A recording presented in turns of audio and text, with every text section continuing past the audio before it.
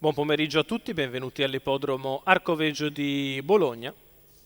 Questa giornata feriale di giovedì si comincia con una prova dedicata agli allievi. Sono ben 11 dietro le ali della macchina, sono cavalli anziani a reclamare per 4.000 euro prezzo base per i 5 anni. L'autostart inizia a muoversi e raccoglie i concorrenti. All'1 Cayman dei Greppi, 2 Bacco Baciò, 3 del Monica Matto, 4 Batiz, 5 Athos dei Veltri, 6 Bigiarella Rec. In seconda fila 7 Diletta Trio, 8 Azzurra Tab, 9 Aura del Ronco, 10 Dallas dei Greppi, 11 Amélie Pan. Favorito il numero 2 di Bacco Baciò, Lorenzo Talpo, quota in salita.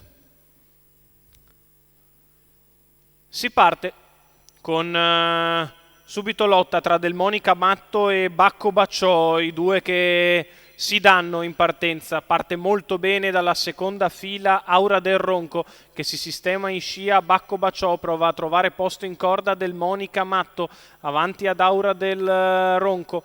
Ne viene fuori un lancio svelto in 14,4 con Bacco Baciò che ha respinto Del Monica Matto, la quale si accoda. Avanza all'esterno subito Bigiarella Rec trascinandosi Athos dei Veltri. Terza posizione in corda per Aura del Ronco che è avanti a Cayman dei Greppi.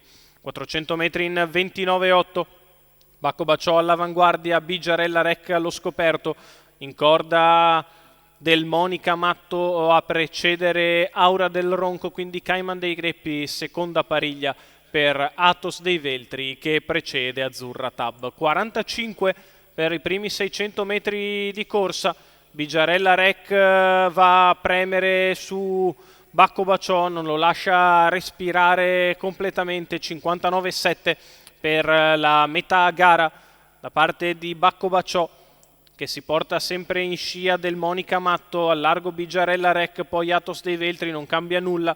Nessuno riesce ad avanzare all'esterno per il momento. 1,14,8 il primo chilometro. La mossa da parte di Dallas dei Greppi che scatta in terza corsia, aggira il gruppo e si porta sulla testa della corsa con un solo parziale deciso. Arriva Dallas dei Greppi accanto a Bacco Baciò e tende a sopravanzarlo. Bacco che deve reagire mentre cala al largo Bigiarella Rec lungo la corda Del Monica Matto. Progredisce in mezzo alla pista anche Amélie Pan a metà della piegata conclusiva. Lotta aperta tra Bacco Baciò che prova a riprendersi dall'attacco di Dallas dei Greppi che è cattiva al largo. Dallas che passa in vantaggio all'ingresso della dirittura d'arrivo. Dallas dei Greppi in fuga. Dallas dei Greppi che viene a vincere in maniera nettissima con Alessandro Esposito al secondo, Bacco Baciò al terzo, Amélie Pan.